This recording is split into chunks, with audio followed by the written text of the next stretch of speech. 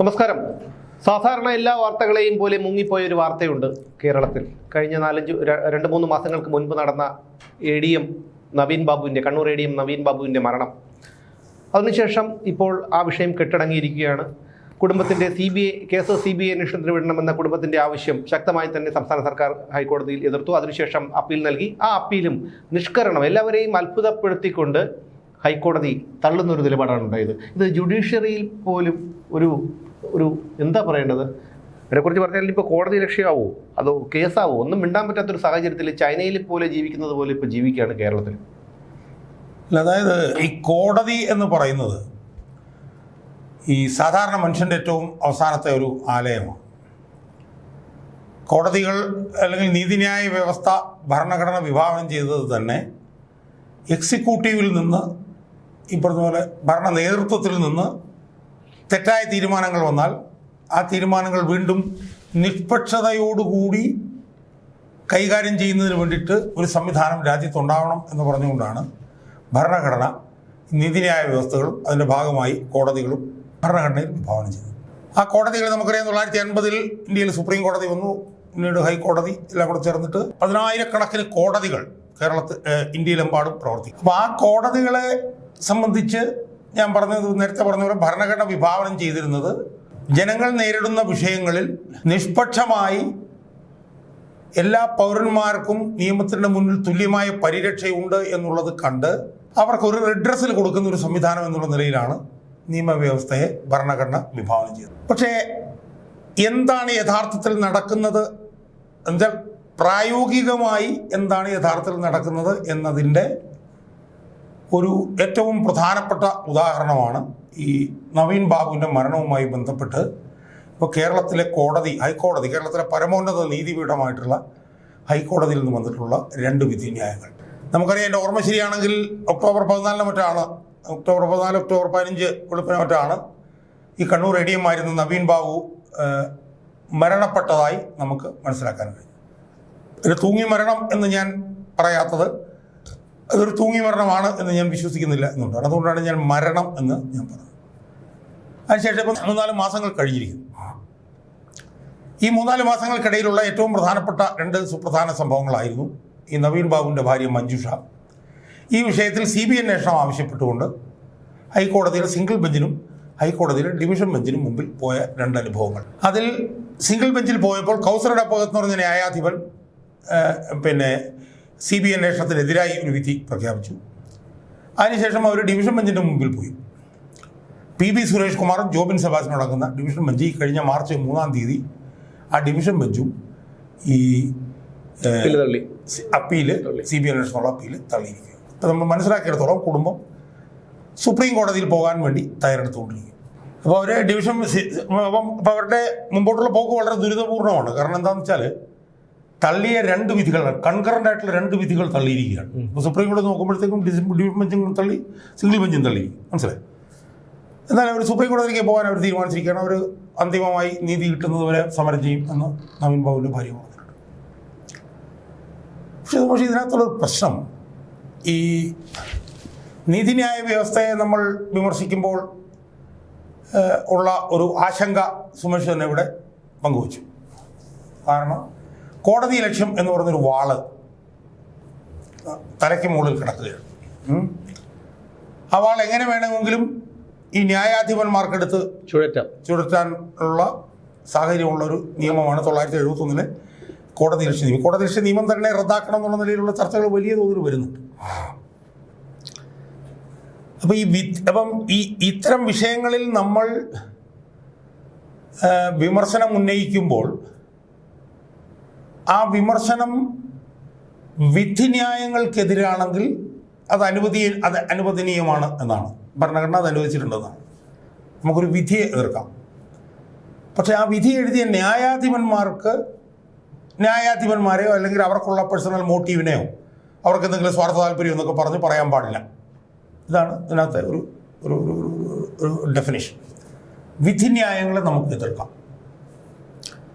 പക്ഷേ ഇപ്പം ജുഡീഷ്യൽ ആക്ഷൻസിനെ പോലും എതിർക്കാൻ കഴിയുമെന്നുള്ള നിലയിൽ മദ്രാസ് ഹൈക്കോടതിയിൽ നിന്ന് ഡിവിഷൻ ബെഞ്ചിൽ ഒരു വിധി വന്നിട്ടുണ്ട്. ജുഡീഷ്യൽ ആക്ഷൻസിനെയും വരെ ക്രിട്ടിസൈസ് ചെയ്യുന്നു. ഞാൻ അതിലേക്ക് ഇപ്പോൾ പോകുന്നില്ല. നമ്മുടെ ഈ ഒരു ആവശ്യവുമായി ബന്ധപ്പെട്ടുകൊണ്ട് ഞാനിപ്പോൾ ചെയ്യാൻ പോകുന്നതെന്ന് പറഞ്ഞു കഴിഞ്ഞാൽ ഈ രണ്ട് വിധിന്യായങ്ങളെയും ഒന്ന് വിശകലനം ചെയ്യാനാണ് ഞാൻ ശ്രമിക്കുന്നത്. ഞാൻ അടിവരയിട്ട് പറയുന്നു, ഇതിൽ ജഡ്ജിമാർക്കെതിരെ ഉള്ള യാതൊരു വിധത്തിലുള്ള പരാമർശങ്ങളുമില്ല. ജഡ്ജിമാർക്ക് എന്തെങ്കിലും ഇതിനകത്ത് മോട്ടീവ് ഉണ്ടോ അല്ലെങ്കിൽ ആരെങ്കിലും രക്ഷപ്പെടുത്തോ അങ്ങനത്തെ ഒരു വാദഗതികളൊന്നും ഞാൻ പറയുന്നതിലുണ്ടാവില്ല. പക്ഷേ ഈ ജഡ്ജിമാരുടെ വിധിന്യായങ്ങളെ ഞാൻ രൂക്ഷമായി വിമർശിക്കും. എന്തുകൊണ്ട് അത് വിമർശിക്കുന്നതിന് പ്രശ്നമില്ല എന്നുള്ളതിൻ്റെ ഏറ്റവും വലിയ ഉദാഹരണമാണെങ്കിൽ കഴിഞ്ഞ ദിവസം രമേശ് ചെന്നിത്തല ഹൈക്കോടതിയുടെ 2 വിധിന്യായങ്ങൾ കേരളത്തിന് അപമാനം എന്ന് വരെ പറഞ്ഞ സംഭവമുണ്ട്. ഈ വിധിന്യായങ്ങളുടെ പ്രധാനപ്പെട്ട പ്രശ്നം എന്താ? ഈ വിധിന്യായങ്ങളുടെ പ്രധാനപ്പെട്ട പ്രശ്നം എന്ന് പറഞ്ഞാൽ മഞ്ജുഷ അവരുടെ ഭർത്താവിൻ്റെ മരണം ആത്മഹത്യയല്ല, അത് കൊലപാതകമാണ്, അത് ഹോമിസൈഡാണ് എന്നാണ് അവരുടെ വാദം. ആ വാദം അവർ സുസംഘടിതമായി സിംഗിൾ ബെഞ്ചിന് മുമ്പിലും ഡിവിഷൻ ബെഞ്ചിൻ്റെ മുന്നിലും സുസംഘടിതമായി അവതരിപ്പിച്ചു എന്നുള്ളത് എനിക്ക് തോന്നുന്നു ഏറ്റവും കൂടുതൽ കേരളത്തിൽ ബോധ്യപ്പെട്ട ഒരാൾ ഞാനായിരിക്കും എനിക്ക്. കാരണം ഞാൻ ഒരു 50-ലധികം വീഡിയോകൾ ഞാൻ ചെയ്തു. ഡിവിഷൻ ബെഞ്ചിലൊക്കെ വളരെ കൃത്യമായി പോസ്റ്റ്മോർട്ടത്തിനകത്തുള്ള വീഴ്ചകൾ, ഈ ദിവ്യയുടെ രാഷ്ട്രീയ ബന്ധം, പ്രശാന്തൻ എന്ന് പറഞ്ഞിട്ടുള്ള ആളെ ഇതിനകത്ത് കക്ഷി ചേർക്കാത്തത്, കോൾ റെക്കോർഡ്സ് പരിശോധിക്കാത്തത്, കളക്ടറെ ഇതിനകത്ത് കൊണ്ടുവരാത്തത്, SITയുടെ അന്വേഷണത്തിനകത്തുള്ള അപാകതകൾ, അതൊക്കെ വളരെ സുദീർഘമായി വളരെ അർത്ഥശങ്കയ്ക്കിടയില്ലാത്ത വിധം അവർ അവതരിപ്പിച്ചതാണ്. പക്ഷേ ഹൈക്കോടതിയിൽ സിംഗിൾ ബെഞ്ച് ജഡ്ജി എന്താ ചെയ്തത്? അയാൾ എന്ത് ചെയ്തെന്ന് ചോദിച്ചു കഴിഞ്ഞാൽ അയാൾ ആദ്യം ഇവരുടെ ഈ മഞ്ജുഷയുടെ ഒരു കുറച്ച് വാദഗതികൾ പിക്ക് ആൻഡ് ചൂസ് ചെയ്തു. മഞ്ജുഷ എനിക്ക് തോന്നുന്നു 10-15-16 കാര്യങ്ങൾ പറഞ്ഞാൽ അന്നേരം 4-5 കാര്യങ്ങൾ എടുത്തിട്ട് അവിടെ വെച്ചു. അവിടെ വെച്ചിട്ട് അയാൾ എന്ത് ചെയ്യുന്നറിയാമോ? സർക്കാരിൻ്റെ എതിർ സത്യവാങ്മൂലം ഉണ്ടല്ലോ, ആ സത്യവാങ്മൂലത്തിൽ പറഞ്ഞ ഒരു 10-21 കാര്യങ്ങളുണ്ട്, അതും കൂടെ എടുത്തങ്ങ് വെച്ചു. അത് എടുത്തങ്ങ് വെച്ചിട്ട് ഒരു വിശകലനവും നടത്താതെ അയാളെ സർക്കാരിൻ്റെ വാദം ശരിയാണെന്ന് അങ്ങ് പറഞ്ഞേക്കുക. ഇതിനകത്തൊരു പ്രധാനപ്പെട്ട പ്രശ്നം അറിയാമോ പക്ഷേ? അതായത് ഈ കോടതി വിധികൾക്ക് ഒരു ഫോർമാറ്റുണ്ട്, ഒരു അലിഖിതമായിട്ടുള്ളൊരു നിയമം. അപ്പോൾ അതിലെങ്ങനെ ആദ്യം ഫാക്ട്സ് പറയും, എന്താണ് ഈ പരാതിക്കാരിയോ അല്ലെങ്കിൽ ഒരു പറയുന്ന കാര്യങ്ങൾ എന്താണെന്നുള്ളത്. ഞാനാണ് ഒരു പരാതി ഒരു ഹർജി സമർപ്പിക്കുന്നതെങ്കിൽ ഞാൻ പറഞ്ഞ കാര്യങ്ങൾ ആദ്യം ആ ജഡ്ജ്മെൻറ്റിൽ പറയും. അതിനുശേഷം 2 ഭാഗങ്ങളുടെയും വാദം പറയും. അതിനുശേഷം പറയും പരാതിക്കാരൻ്റെ വാദം ഇന്നതാണ്, എന്നാൽ എതിർകക്ഷിയുടെ വാദം ഇന്നതാണ് എന്ന് പറഞ്ഞ് വിശദമായിട്ട്. അതിനുശേഷം പ്രസിഡൻ്റായിട്ടുള്ള കേസ് ലോസ് കൊണ്ടുവരും. എന്നുവെച്ചാൽ മുൻകാല ഇതുമായി ബന്ധപ്പെട്ട് പറയുന്ന വിധിന്യായങ്ങൾ പറയും. പരാതിക്കാരൻ എന്തെങ്കിലും വിധിന്യായങ്ങൾ പറയുന്നുണ്ടെങ്കിൽ ആ പരാതിക്കാരൻ പറയുന്ന വിധിന്യായങ്ങൾക്ക് വിരുദ്ധമായ എന്തെങ്കിലും ഉണ്ടെങ്കിൽ അതെല്ലാം വിശദമായി പറയും. ഇത്രയും കാര്യങ്ങൾ പറഞ്ഞതിന് ശേഷമാണ് ഇൻഫറൻസസിലേക്ക് പോകുന്നത്. ജഡ്ജിയുടെ നിരീക്ഷണം എന്താണെന്ന്. ഇതാണ് കോടതി ഉത്തരവുകളുടെ ഒരു രീതി. അപ്പോൾ സിംഗിൾ ബെഞ്ചിൻ്റെ ഉത്തരവിനകത്ത് ഈ പറഞ്ഞ പോലെ കുറച്ച് കേസ് ലോസും കാര്യങ്ങളൊക്കെ 4 കാണിച്ചിട്ടുണ്ട്. പക്ഷെ അതിനുശേഷം ഞാൻ പറഞ്ഞതുപോലെ മഞ്ജുഷ പറഞ്ഞ 5-6 കാര്യങ്ങൾ എടുത്ത് വയ്ക്കുന്നു. അതിനുശേഷം സർക്കാർ പറഞ്ഞ ഞങ്ങൾ നന്നായിട്ടാണ് ചെയ്യുന്നതെന്ന് പറഞ്ഞാൽ ഒരു 21 കാര്യങ്ങൾ എടുത്ത് വയ്ക്കും. ഇത് രണ്ടും വെച്ച് ഈ വിധിയിൽ സിംഗിൾ ബെഞ്ചിൻ്റെ വിധിയിൽ എന്താ പറഞ്ഞതെന്നറിയോ? സർക്കാർ പറഞ്ഞ മുഴുവൻ കാര്യങ്ങളും ശരിയാണ്. അതുകൊണ്ട് വളരെ നന്നായിട്ട് അന്വേഷണം നടന്നുകൊണ്ടിരിക്കുകയാണ്. അതുകൊണ്ട് CBI അന്വേഷണം വേണ്ട. അപ്പോൾ CBI അന്വേഷണം വേണ്ടെന്ന് കോടതിക്ക് അങ്ങനെ നിരീക്ഷിക്കാൻ തെറ്റൊന്നുമില്ല. പക്ഷേ അത് നിരീക്ഷിക്കുമ്പോൾ കാര്യകാരണ സഹിതം ഹർജിക്കാരി പറഞ്ഞിട്ടുള്ള വിഷയങ്ങൾ ഓരോന്ന് എടുത്ത്, ഉദാഹരണത്തിന് പോസ്റ്റ്മോർട്ടത്തിനകത്ത് ഒരുപാട് വീഴ്ചയുണ്ടെന്ന് അതിനകത്ത് പറഞ്ഞിട്ടുണ്ട്. ഒരു 6-7 വീഴ്ചകൾ ചൂണ്ടിക്കാണിച്ചിട്ടുണ്ട്. പ്രശാന്തൻ എന്ന് പറഞ്ഞ പ്രധാനപ്പെട്ട നിർണായകമായിട്ടുള്ള ഒരാളുണ്ട്. അയാളെ ഇതിനകത്ത് പ്രതിയാക്കിയിട്ടില്ല. അയാളുടെ ഒരു കാര്യം ഇങ്ങനെ അന്വേഷിച്ചിട്ടില്ല. അയാളുടെ ഫോൺ സംഭാഷണം പരിശോധിച്ചിട്ടില്ല. ഒന്നും പരിശോധിച്ചിട്ടില്ല. കളക്ടർ ഇതിനകത്തൊരു നിർണായക സാധനം, കളക്ടറുടെ ഫോൺ പരിശോധിച്ചിട്ടില്ല. അതുപോലെ തന്നെ ഇൻക്വസ്റ്റും പോസ്റ്റ്മോർട്ടമൊക്കെ ഇവർ വരുന്നതിന് മുമ്പ് നടത്തിയ ഒരുപാട് വീഴ്ചകൾ. അതെ, ഒരുപാട് ഈ വീഴ്ചകളൊന്നും തന്നെ പരിശോധിക്കാതെ എന്ത് ചെയ്യുന്നു? സർക്കാർ പറഞ്ഞത് ശരിയാണ് എന്ന് പറഞ്ഞിട്ട് തള്ളുകയാണ് ചെയ്തത്. അപ്പം അന്ന് ഞാനതിനെ ആ വിധിന്യായങ്ങളെയൊക്കെ ആ വിധിന്യായത്തെ ഒരു 3-4 വീഡിയോയിലൂടെ ഞാൻ വിമർശിച്ചിരുന്നു. എനിക്കെതിരെ ഇപ്പോൾ കോടതി ലക്ഷ്യം വന്നിട്ടുണ്ട്. ഞാനൊന്ന് ഹാജരായി കഴിഞ്ഞു. ഏതോ ഒരുത്തൻ്റെ ഏതോ പ്രകാശനം എന്നുകൊണ്ട് പറഞ്ഞ ഏതോ ഒരുത്തൻ അത് ഹാജരായി. ഞാനത് ഫൈറ്റ് ചെയ്യാൻ പോവാണ്. കാരണം ഞാൻ പിന്നെ വിധിന്യായങ്ങളെയാണ് എതിർത്തിട്ടുള്ളത്. അതുകൊണ്ട് ഞാനത് ഫൈറ്റ് ചെയ്യാൻ പോകണം. ഞാനത് ആൻഷികമായി സൂചിച്ചു. അതിനെ തുറന്ന് ഇവർ ഡിവിഷൻ ബെഞ്ചിൽ പോകും. ഡിവിഷൻ ബെഞ്ച് യഥാർത്ഥത്തിൽ സിംഗിൾ ബെഞ്ചിനേക്കാൾ മോശമായി. സിംഗിൾ ബെഞ്ച് കുറച്ച് വിധിന്യായങ്ങളെങ്ങാനും പറഞ്ഞിട്ടുണ്ടായിരുന്നെങ്കിൽ ഡിവിഷൻ ബെഞ്ച് എന്താ ചെയ്തിരിക്കുന്നത്, ഫാക്സ് കുറച്ച് പറഞ്ഞിട്ടുണ്ട്, അവിടെ ഇവിടെയൊക്കെ പറഞ്ഞിട്ടുണ്ട്. ഈ 2 ഭാഗത്തിൻ്റെ ന്യായങ്ങൾ പറഞ്ഞിട്ടേ ഇല്ല. അതിന് പകരം മഞ്ജുഷയുടെ കുറച്ച് വാദങ്ങൾ എടുത്ത് നോക്കുന്നു, പോലീസിന് കുറച്ച് വാദങ്ങൾ എടുത്ത് നോക്കുന്നു. ഈ സിംഗിൾ ബെഞ്ച് പറയുന്ന പോലെ തന്നെ ഒരു വിധിന്യായം കൂടി ഒരു പ്രസിഡന്റിനോട് കാണിച്ചിട്ട് തള്ളുന്നു. എന്നിട്ട് അതിനകത്ത് പറയുന്ന അസംബന്ധ വാദങ്ങൾ എന്താണെന്നറിയാം. അതിൻ്റെ അകത്ത് പറയുന്ന അസംബന്ധ വാദങ്ങൾ എന്ന് പറയുന്നത് സീനിയറായിട്ടുള്ള പോലീസ് ഉദ്യോഗസ്ഥന്മാരാണ് ഇത് അന്വേഷിക്കുന്നത്. പോലീസ് ഉദ്യോഗസ്ഥന്മാരെ കുറിച്ചിട്ട് പരാതിക്കാരിക്ക് പരാതിയൊന്നുമില്ല. അവരന്വേഷിക്കുമ്പോൾ എന്തെങ്കിലും നിയമതടസ്സം ഉണ്ടാകുമെന്നുള്ള നിലയിൽ അവർക്കെതിരെ പരാതിയൊന്നുമില്ല. പിന്നെ എന്താണ് പ്രശ്നം എന്ന് ചോദിച്ചു. എന്തൊരു അസംബന്ധം എന്നാലോചിച്ചു. ഏത് പോലീസുകാരൻ അന്വേഷിച്ചാലും സർക്കാരിൻ്റെ നയത്തിനെതിരെ പോലീസുകാരൻ അന്വേഷിക്കാൻ പറ്റുമോ?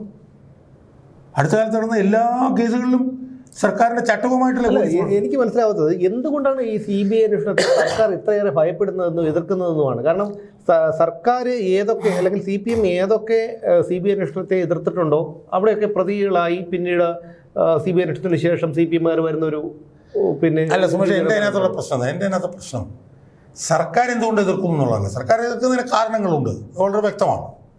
കാരണം CBI വന്ന് ഇത് അന്വേഷിച്ച് കഴിഞ്ഞാൽ കാരണം ഇവിടുത്തെ പാർട്ടിയുടെ അടിത്തറ തന്നെ തടഞ്ഞു. സർക്കാർ എതിർക്കുന്നതിൽ ഞാൻ തെറ്റൊന്നും പറയില്ല. പക്ഷേ കോടതി ഇങ്ങനെ ഏകപക്ഷീയമായിരുന്നത്, കോടതി ഇങ്ങനെ സർക്കാരിൻ്റെ ഒരു ജിഹ്വയായി മാറിക്കഴിഞ്ഞാൽ, കോടതി സർക്കാരിൻ്റെ ഒരു കൊട്ടേഷൻ സംഘത്തിനെ പോലെ പെരുമാറിക്കഴിഞ്ഞാൽ എന്ത് ചെയ്യാൻ പറ്റും നമുക്ക്? ഈ സർക്കാരിൻ്റെതായിട്ടുള്ള വാദങ്ങളുണ്ട്. കോടതി നിഷ്പക്ഷമായിട്ടുള്ളൊരു സംവിധാനമല്ലേ? കോടതി ഒരു ഭരണഘടനാ സംവിധാനമല്ലേ? കോടതി മനുഷ്യൻ്റെ അവകാശം സംരക്ഷിക്കാൻ വേണ്ടിയിട്ടുള്ള ഒരു ഈ നിയമഭാഷ സെന്റിനൽ ഇൻ ദ ക്യൂ വൈവല്ലേ? ആ കോടതി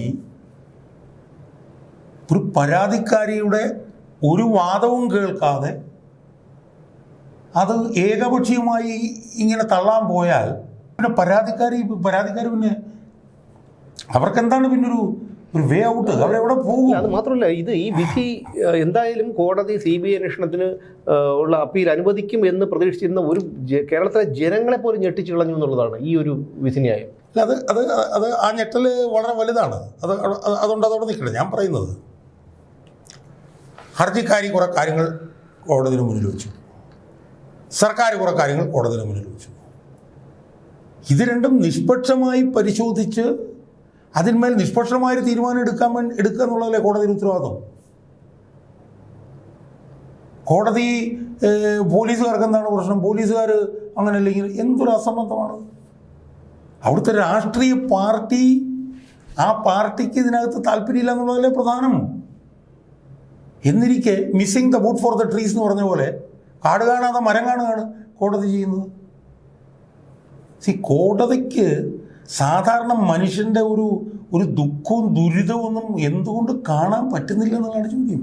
അല്ല, അതിന് സാർ ഇപ്പോൾ ഈ കോടതിയെ പറ്റി പറഞ്ഞുകൊണ്ട് പറയുകയാണ്. കാരണം കാരക്കോണം മെഡിക്കൽ കോളേജിൽ മെഡിക്കൽ അഡ്മിഷന് വേണ്ടിയിട്ട് കോടിക്കണക്കിന് രൂപ പലരിൽ നിന്ന് വാങ്ങി മുങ്ങി നടക്കുന്ന ഒരാളുണ്ടല്ലോ. CPIയുടെ പഴയ ഒരു സ്ഥാനാർത്ഥിയായിരുന്നു ബെന്നറ്റ് എബ്രഹാം. ഇപ്പോൾ ED പിടിച്ചെടുത്ത പണം ഈ വാങ്ങിയ ആൾക്കാർക്ക് തിരികെ വിട്ടുകൊടുക്കാനുള്ള ഒരു തീരുമാനം എടുത്തപ്പോൾ കോടതി അതിനെ എതിർത്തിരിക്കുകയാണ്. ജസ്റ്റിസ് PG അരുണാണ് അത് സ്റ്റേ ചെയ്തിരിക്കുന്നത് എന്നുള്ളതാണ്. അതാണ്. അപ്പോൾ ഇത് ദയനീയമാണിത്. 19 വിദ്യാർത്ഥികൾ സിദ്ധാർത്ഥനെ ക്രൂരമായി പീഡിപ്പിച്ചു കൊന്നു കഴിഞ്ഞപ്പോൾ 2 വിധികൾ വന്നു. അതിലാദ്യത്തെ വിധി എന്ത് പറഞ്ഞു? എല്ലാവരും ജാമ്യത്തിൽ വിടാൻ പ്രശ്നമില്ല, ജാമ്യത്തിൽ ദിവസം കഴിഞ്ഞാൽ വിടേണ്ടതാണ്. പക്ഷെ ജാമ്യത്തിൽ വിടുന്നതിന് സമാനമായി ഒരു ജഡ്ജി, ഒരു ന്യായാധിപൻ്റെ അടുത്ത് പറയുകയാണ്, ഈ കുട്ടികൾ സിദ്ധാർത്ഥനെ പീഡിപ്പിച്ചത് അവനെ ഗുണദോഷിച്ച് നന്നാക്കാൻ വേണ്ടിയാണെന്ന്. എന്തൊരു അസംബന്ധം എന്ന് പറയും. എന്നിട്ട് ജഡ്ജി പറയുകയാണ്, ഇത് ആത്മഹത്യയാണ്, ഇത് പിന്നെ ആത്മഹത്യക്ക് ഈ പ്രതികൾ പ്രേരിപ്പിച്ചു എന്നുള്ളതിനൊരു തെളിവുമില്ല. എന്ന് പറഞ്ഞാൽ വിചാരണ കോടതിയിൽ വരുമ്പോൾ പോലും കേസ് തള്ളിപ്പോവും. വേറൊരു ന്യായാധിപൻ എന്ത് ചെയ്തു? ഈ പിള്ളേർക്ക് തിരിച്ച് പഠിക്കാൻ വേണ്ടി കൊടുത്തു. പക്ഷെ ഭാഗ്യവശാൽ ഡിവിഷൻ ബെഞ്ച് സ്റ്റേ ചെയ്തു, അതുകൊണ്ട് രക്ഷപ്പെട്ടു. മനസ്സിലായി? അപ്പോൾ ഏറ്റവും പ്രധാനപ്പെട്ട ഒരു ചോദ്യം ഇതാണ്. ഒരു വനിത, ഒരു നിരാലംബയായിട്ടുള്ള ഒരു സ്ത്രീ, അവരും അവരുടെ 2 പെൺമക്കളും, അവർ കോടതി ഇങ്ങനെ കയറി ഇറങ്ങുകയാണ്. കോടതികൾ ആ കോടതിയെല്ലാം വളരെ അവജ്ഞയോടുകൂടി ഈ കോടതിയിൽ ഈ കേസ് പിന്നെ വിധി വരുന്ന സമയത്ത് ഞാനിവിടെ ഉണ്ട്. ഡിസ്മിസ്ഡ്, നമ്മുടെ ഒറ്റേറ ന്യായാധിപൻ. ഇതെന്താണിത്? ഈ ന്യായാധിപന്മാർക്കും കുടുംബ മക്കളും ഒക്കെ ഇല്ലേ? അവരെ പോലെ തന്നെയല്ല മറ്റേ ആളുകൾ. സാറേ, ഇതിപ്പോൾ നമ്മളിപ്പോൾ ഇന്ത്യയിലെ അവസ്ഥ നോക്കുകയാണെങ്കിൽ ഈ പറയുന്ന IPC, CRPC, BNS-ഉം കോടതിയും വിലങ്ങും തൂക്കുമരവും ലോക്കപ്പും ജയിലും എല്ലാം എന്നെയും താങ്കളെയും പോലെയുള്ള പാവപ്പെട്ട സാധാരണക്കാർക്ക് വേണ്ടിയിട്ടുള്ളതാണ്. ഏതെങ്കിലും ഒരു ഉന്നതൻ ശിക്ഷിക്കപ്പെടുന്നുണ്ടോ? ഈ രാഷ്ട്രീയ വൈരാഗ്യത്തിൻ്റെ പേരിൽ കേജ്രിവാളോ അങ്ങനെയുള്ള ആൾക്കാരെ പിടിച്ചകത്തിടുന്നതല്ലാതെ ഇവിടെ പ്രത്യേകിച്ച് കേരളത്തിലെ കാര്യം മാത്രം എടുത്തു കഴിഞ്ഞാൽ ഏതെങ്കിലും ഒരുത്തൻ ശിക്ഷിക്കപ്പെടുന്നുണ്ടോ? അവർക്ക് പ്രത്യേക പരിഗണന എന്താണിത്? ഞങ്ങളുടെ ഒരു വാർത്ത ചെയ്തപ്പോൾ ആ വാർത്തയിലെ എതിർകക്ഷി ഒരു പട്ടിക വർഗ വിഭാഗത്തിൽപ്പെട്ട കുട്ടിയാണെന്ന്, സ്ത്രീയാണെന്ന് പറഞ്ഞുകൊണ്ടാണ് ഞങ്ങൾക്കെതിരെ SC ST അട്രോസിറ്റി പ്രകാരം കേസെടുത്തത്. ആ കേസിലെടുത്തിട്ട് ആ ജാമ്യാപേക്ഷയെ തള്ളിക്കൊണ്ട് ജസ്റ്റിസ് VG അരുൺ പറഞ്ഞത് വ്യക്തികളുടെ സ്വകാര്യതയിൽ കടന്നു കയറാൻ മാധ്യമങ്ങൾക്ക് അവകാശമില്ല, സർക്കാർ ഏജൻസികൾക്ക് പോലും അടിയന്തര ഘട്ടങ്ങളിൽ മാത്രമേ അവകാശമുള്ളൂ. നമ്മുടെ കാര്യത്തിൽ അത് പാലിക്കപ്പെടുന്നുണ്ടോ? ഇല്ല, ഇതിനകത്ത് പ്രധാനപ്പെട്ട പ്രശ്നം എന്താണെന്നറിയോ? ഇതിനകത്ത് പ്രധാനപ്പെട്ട പ്രശ്നം എന്ന് പറയുന്നത് നമ്മളെല്ലാ ചർച്ചകളിൽ നിന്ന് അവസാനിപ്പിക്കുന്നത് ഇതിനെതിരെ എതിർപ്പില്ല എന്നുള്ളതാണ്. ഈ സിദ്ധാർത്ഥൻ്റെ കാര്യത്തിൽ ശ്രീമാൻ രമേശ് ചെന്നിത്തല ശക്തമായ വിമർശനമായിട്ട് വന്നപ്പോഴത്തേക്കും കോടതി പ്രതികരിച്ചു.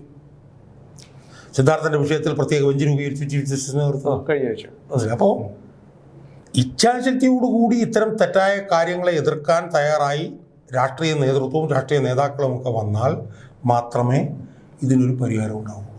അതല്ലെങ്കിൽ കോടതികൾ ഈ ഭരണകൂടത്തിൻ്റെ മുന്നിൽ ഈ മുട്ടുകുത്തി നിൽക്കുന്ന ഇന്നത്തെ ദയനീയമായിട്ടുള്ള ഒരു സമീപനം തുടരും എന്നതാണ് നവീൻ ബാബുവിൻ്റെ കേസിലെ ഇപ്പോൾ രണ്ടാമത്തെ ഈ അനുഭവത്തിൽ നിന്ന് നമുക്ക് എന്തായാലും സുപ്രീം കോടതിയിലൂടെ പോകുന്നതോടുകൂടി അനുവദിക്കുമെന്ന് തന്നെ നമുക്ക് അപ്പീൽ അനുവദിക്കാം. അതായത് CBI അന്വേഷണത്തിന് വേണ്ടിയുള്ള അനുമതി കോടതി നൽകും, സുപ്രീം കോടതി നൽകുമെന്ന് തന്നെ പ്രതീക്ഷിക്കാം. അതിനുവേണ്ടി നമുക്ക് കാത്തിരിക്കാം.